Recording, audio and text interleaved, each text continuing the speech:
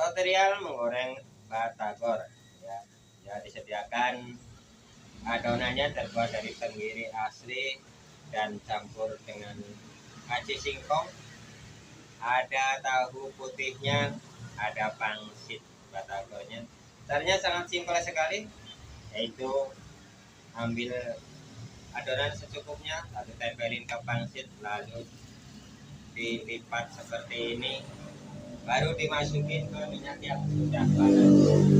Nah, katakan tolong minyaknya yang sudah panas ya, karena minyak panas itu biar bisa mekar hasilnya.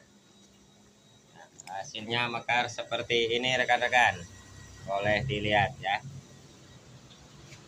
Bisa untuk makanan di rumah dan untuk bisa dijual dimanapun Anda berada.